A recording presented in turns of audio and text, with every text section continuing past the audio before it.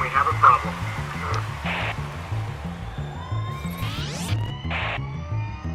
Today is Saturday, September 2nd, and the Yankees were in Houston to take on the Astros in Game 2 of a 3-game set. Also, Game 2 of the Baby Bombers 2.0 era. Would it go as well as Game number 1? My recap, your reactions, coming up next. This is NYY Recaps. Welcome to Yankee Stadium.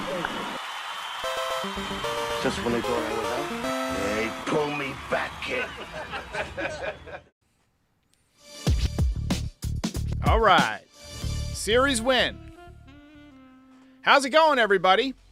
Baby Bombers Era 2.0 has begun with a series win over the Astros on the road in Houston. And it feels like these last couple of games, we're going to look back on them in a couple of years and say, that feels like it's the turning point. When they decided to bring up the youth, that's the turning point. Kind of like when they called up Judge and Sanchez and Tyler Austin and Greg Bird.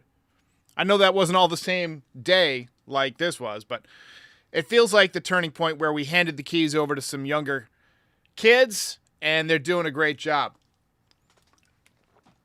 By the way, Michael K keeps trying to make Utes a thing because he loves My Cousin Vinny. I also love My Cousin Vinny, think it's a great movie. But Utes sounds kind of dumb, so I'm sticking with Baby Bombers 2.0. Tonight was the anniversary also of one of the most devastating games, especially a Yankees win, that I've ever watched. It was the near-miss perfect game from Mike Mussina. I'll never forget that game as long as I live. Red Sox in Fenway, ESPN game. He gets Carl Everett down to 0-2. With 2 outs in the 9th inning and still gives up a base hit. And, I mean, after we had seen a couple of perfect games in recent memory, it was just, it felt meant to be, but it was not. And he never got one. So, tough luck for Messina. Thank you for joining me this Saturday night, Labor Day weekend. One of my favorite nights of the year because it's like you get a free night because you got 2 more days of, Labor Day weekend. You got 2 more days left over to hang out, do whatever you got to do, cut the grass, grill out some burgers. And tonight's like a night where I traditionally stay up till like 2, 3, 4 in the morning, catch up on movies I've been wanting to watch, shows I've been wanting to watch. So tonight we are binging What We Do in the Shadows, which is one of my, more favorite recent shows that's come out. We've got some new sound effects coming, too, from that show that I'm looking forward to. So our offense bailed Luis Severino out. His awful contract year continues. But the kids played well. I especially enjoy the approach with runners on base. Everybody isn't trying to kill it. They're just trying to get hits. And honestly, that was way more fun and is way more fun. My optimism level for the future has escalated quickly and wildly and perhaps prematurely, perhaps foolhardily, but it's fun anyway, and I'm rocking it. And these kids, especially Dominguez and, Pereira and I think to a certain degree Volpe, he still strikes out a lot, but they're having good at-bats, actual good at-bats, not those BS good at-bats that Aaron Boone was saying that the Yankees were getting out of Hicks or Donaldson. These are real at-bats, taking close pitches, spitting on them, fouling off tough pitches. And it's just been a breath of fresh air. It did not take long for Dominguez to be elevated to the number 3 spot in the lineup after hitting a home run last night and hitting the ball hard all night long. He had much more patient at-bats than last night, but it's amazing how well he takes close pitches. You could see it in spring training, and you can really see it now. He'll take a pitch that's just barely off the strike zone, just spits on it like it's nothing. So his pitch recognition is excellent. And those of us who remember the 90s dynasty know how important it is to have switch hitters in your lineup, especially in the middle of the lineup. With Bernie Williams, Posada, a lot of times he would hit further down in the lineup, but also a very good switch hitter with power, hit for average later on in his career. But, it's very important to have some switch hitters in your lineup and to develop them the way the Yankees have had. Dominguez, I think, is going to be legit. I still have some hope for Oswaldo Cabrera. He had a horrible hitting coach this year and just never got out of the gate. But you think about what he did in spring training, the skill set is there. He's just got to fix the holes in his swing, and then you'll have another switch hitter. I think he's going to be a utility guy again next year. I don't think they're going to get rid of him. I don't think he's going to start. Not sure if they're going to bring back IKF when Cabrera is pretty much the same type of guy, but a lot cheaper. So, anyway, am I comparing Dominguez to Bernie? Absolutely not. We're a long way from that. But if he continues to have success in the middle of the order, it's just going to make whoever's the manager going forward, whether that's Boone or whether that's somebody else, have a little bit more stability in the lineup because you don't have to adjust for the pitcher-handedness, right? You can just pencil them in every day. Number 3, number 4. 6 players in the lineup tonight were 24 or younger, so the youth movement is officially here.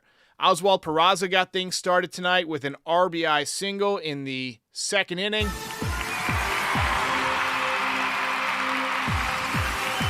Base hit with runners in scoring position, and he needed it, and the Yankees needed it. Oswaldo Cabrera followed up with a nice at-bat to walk with the bases loaded. That made it 2-0. Didn't last long. Severino served up a 2-run shot to Michael Brantley in the bottom half. Severino ended up throwing 40 pitches that inning, which is ridiculous. He was over 100 pitches in 4 innings. And Brantley's one of those guys who's been injured for the whole season, but he kills the Yankees. And he should have been a Yankee probably 5 or 6 years ago, so I fully expect him to end up with the Yankees this winter. That's kind of how things work around here. Top 3 Yankees strike right back, courtesy of the captain. That ball is high. It is far. It is gone. A Judgian blast. All rise indeed. Comes the judge. Number 31, 428 feet. Looked more like 460 feet, not one of those ones that I believe the StatCast numbers. Top 4, Peraza ripped a double down the left field line, his second hit of the game. That gave him his first multi-hit game of the year. So definitely coming out of his funk. He went 3 for 4 with a ribby tonight. Very good night. Bottom 4, Severino served up a 2-run home run to Diaz to give the Astros a 4-3 lead. And then he ended up being over 100 pitches in 4 innings, like I said, which amazing to me that they left him in there to do that.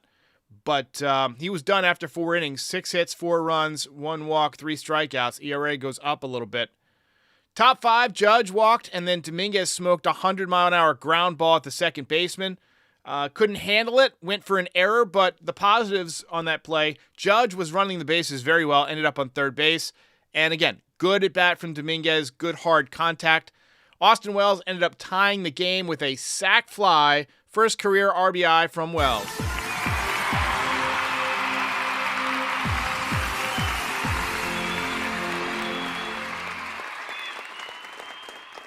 And then Everson Pereira put the Yankees back up on top with a very, very nice piece of hitting with 2 outs and runners in scoring position. And one more time, we'll play the run sound. Ended up being the winning run. So it's nice to see the guys battling back and, having good at-bats, not trying to jack home runs when you got guys on base. Volpe made another outstanding play at shortstop in the 5th inning. Had to go to his right and throw across his body. Still got the runner. He makes up for, not a great arm. And I'm not trying to diss him. That's just what StatCast says. He's in, I think, the 30th percentile of arm strength. But he's got to be in the top 5 percentile. And I don't even know if there is a stat for this in quickly getting rid of the ball. Quick release. He's like Dan Marino, baby. Just gets rid of it. Dominguez picked up his first career single in the 6th. He was down 0-2 in the count, but again, worked another good at bat. He went 1 for 5. He also hit the ball with authority to right field to the warning track. So last night, taking the ball the other way, shorter at bats, more aggressive tonight, longer at bats, more patient at bats, and hitting the ball with authority to the pull side.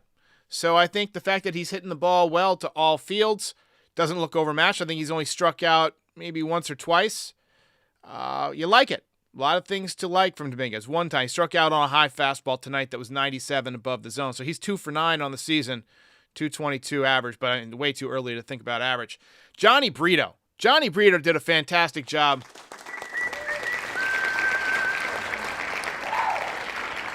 Three and 2/3 scoreless innings out of the bullpen. 2 hits, no runs, 1 walk. Got his ERA down to 4.86. Really set up the bridge. Peralta came in and got an out, and then Clay Holmes shut it down in the 9th, had the heavy sinker working, and the Yankees take the first 2 games of the series. Ball game over. Yankees win.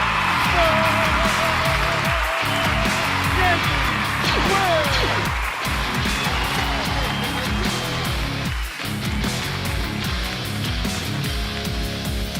You're a winner.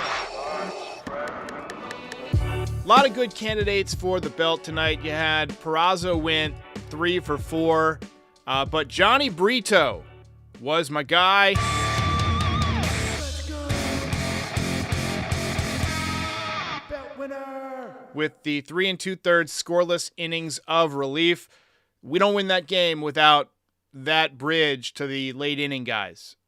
But very nice job for the Yankees. It's so much more exciting watching the young kids. Let's take a few comments here. Andrew Calabria says, this feels like the 21 Yankees trying to make a comeback, only it's a little late. Honestly, it feels more like the 2016 Yankees to me when they called up Judge and Sanchez and they went on a little bit of a run. That was mostly due to Sanchez just being just ridiculously hot. I mean, he hit 20 home runs that season. But look, you'll take a win every night of the week. I want that over 500 stretch to continue. I want that to continue. I don't want to have a losing record, even though I think that it would lead to more changes, possibly in the front office and so forth. We already know that Steinbrenner is unhappy. He kind of threw Cashman under the bus a little bit. He said that we've traded away too many of our guys. So now they're taking a look at the young guys. And that's this September, from what I've heard, is all Hal Steinbrenner. He wants to look at the kids. He wants to find out which of these kids can play, so that way they know what to address in the offseason. I think all the kids are coming back. I think they're going to stick with Peraza. You saw it tonight, 3 hits. He's coming around. He can hit line drives. He's not an all-or-nothing guy.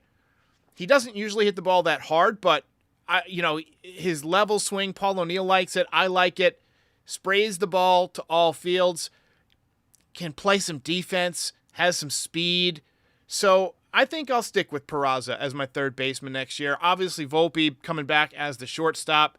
There's been some talk that Gleyber Torres could move to the outfield. So one thing that I could see the Yankees doing to be a little bit creative, but also a little bit cheap, but could be a good move, is going out and getting a left-handed second baseman. Maybe you go get Arise and move him back to second base. And moving Gleyber Torres to left field. Now, you move Gleyber Torres to left field for one season, see how he does out there. The Martian becomes the center fielder. And Spencer Jones is in Double-A next year. You have every reason to believe he's going to be on the same kind of path that Volpe and Wells and Dominguez have been on, where you're not going to spend a lot of time in Triple-A. So you figure he's going to have most of the season at Double-A, maybe touch Triple-A a little bit, and either late next season or the following season, Jones will be up. And Jones can either play left field or center field, and then, by that point, maybe Stanton isn't getting as much playing time. Maybe he's not on the team. Gleyber Torres can be your DH, or maybe Gleyber Torres leaves as a free agent. We'll see. But I'm starting to think they're going to keep Gleyber Torres, but you can't keep him on second base. He's just proven to be too unreliable. He's leading the league, I think, in errors, throwing the ball all over the place. Killed the Yankees a couple of times on D this year, but he can hit. He's one of your best hitters. So I think if anybody traded for him, they would want to move him to the outfield, so the Yankees are going to try and beat him to the punch. So that's kind of what I predict will happen. Wayne says trade Torres for a pitcher. Again, if somebody trades for Torres, right, they're going to want to move him to the outfield. So, look, for that reason, it makes sense to try him in left. But also, he's one of your best hitters this year. So, I mean, as much as I would deal him, I think I would deal him. I don't think the Yankees are going to do it. He's also still affordable. Junior Caroma says, I like Pereira, love his bat discipline. So here's what I like about Pereira. You hear the comments about Clint Frazier having lightning bat speed. I think Pereira's got better bat speed than Clint Frazier had on his best day. I think he's got amazing bat speed. There's two things about Pereira that I both like and that worry me a little bit. So with his swing, he swings kind of down on the ball. It's more of a chopping motion, which that tells me two things. He's not trying to jack home runs, which is good. He's trying to hit line drives. We saw it tonight. He got a line drive kind of up the middle towards the right of second base. But that can also lead to prolonged stretches of just hitting the ball on the ground, right? So that's the negative that goes with that. The other thing that worries me is the slider. He just has a ton of trouble with the slider. But, maybe that's something he can improve on. Giancarlo Stanton has not gotten better at hitting the slider, but Aaron Judge has gotten better at laying off of the slider. So, you can get better at recognizing it if I think it has a lot to do with just reaction time of the individual. But I have high hopes for Pereira. He looks like he plays the game hard, plays a good left field, quick hand speed, lots to like. Raleigh says, trade Torres, we should re-sign him anyway. So maybe trade him and then re-sign him, same way they did with Aroldis Chapman. I could see that happening. All right, let's take a look at the box score for tonight's game. LeMahieu 0 for 4. He had been swinging the bat so well, hit a home run last night. Tough night tonight. Judge 1 for 4, scored 2 runs, hit the home run, number 31. He is 4th in the American League, despite missing 2 months. That is ridiculous. Dominguez 1 for 5, got a 2-game hitting streak for the Martian. I now have a Martian home run sound, which you will hear when he hits his next home run. It is officially part of the sound mix, so had to get one ready. Didn't expect him to go deep in his first game. Stanton 1 for 5, Volpe 1 for 3 with a couple of walks. On base percentage continues to get better. OPS now over 700 on the season. You'd love to see him get up 740, 750, get that average up to 230. Was listening to the Mike Francesa podcast. He seems to think that Volpe will have a big September because he's going to be facing a lot of those AAA arms that are getting called up. And I agree. I think there's a chance that he might have a breakout September. But there's a reason they say don't believe anything you see in March or September because it's not the major league arms typically. But, in a series like this where you're facing the Astros, who have got to win, they're in a fight for the AL West title. To see him having good at-bats and not be overmatched and them not able to really exploit his weaknesses as much, taking his walks, it's what you want to see. Wells 0 for 3 tonight, struck out 3 times, but did have the sac fly. It's going to be tougher for him because he's a catcher. Pereira 1 for 3, also walked, struck out once. Peraza 3 for 4, got that average up to 157. That's tough. That's a tough day. You go 3 for 4 and you're still hitting 157. That's how you know you've been slumping. He needs to string together one of those Julio Rodriguez stretches where he gets about 18 hits in 4 games. And Cabrera 0 for 3 tonight. He's had a tough year, hitting 212. And honors goes to the bullpen with Brito and Peralta and Holmes combining for 5 shutout innings.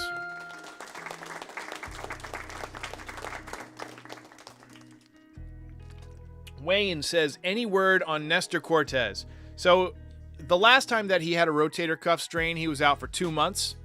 I fully anticipate that that's going to be the situation again, but there's not 2 months left in the season. So I think we're going to be done with Cortez for this year. And it's honestly for the best. Let him rest. Let him have a full winter to heal. Go get it looked at. Don't wait until you go to spring training to get the full diagnostic on that rotator cuff. Go get every kind of dye injection and just find out what's going on in there. And rest up. He's somebody that you got to consider as a bullpen piece possibly long term. He started out his career mostly in the bullpen. He's never thrown a ton of innings until last year, and you're seeing why. Smaller players, especially smaller pitchers, have a tough time, with the durability when you throw a ton of innings. So, I don't know. I'm not super optimistic that he's ever going to be super healthy as a starter again. You start to have shoulder problems, it breaks down, but if you can turn him into a reliever, he could be very effective. Game over, man. Game over. Kobe says Boston's going to sign Sevy next season. They would love to stick it to us. Good luck. John Smith, says Mike, quote, Yankees were lucky missing out on Ohtani, Francesa. Yeah, not Mike's finest moment. Most impressive. But, we're never really who we are at our best moments, and we're never really who we are at our worst moments. So, everybody's allowed a bad take once in a while. I thought, here was my great take of the year.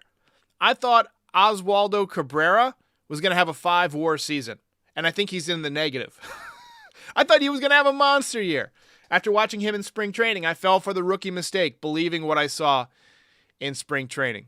So, 2 wins in a row for the Yanks. One more game tomorrow night against the Astros, chance for a sweep. Then they have a day off Monday. They're not playing on Labor Day. So, enjoy your day. I'm probably going to go down to the beach or something like that. Or maybe go shopping. We're just going to get out of the house and do something that day. So, that'd be nice. And then be back Tuesday night. Yankees take on the Tigers. Pinstripe debut of the Martian and Austin Wells. So we'll see you then. Ball game over.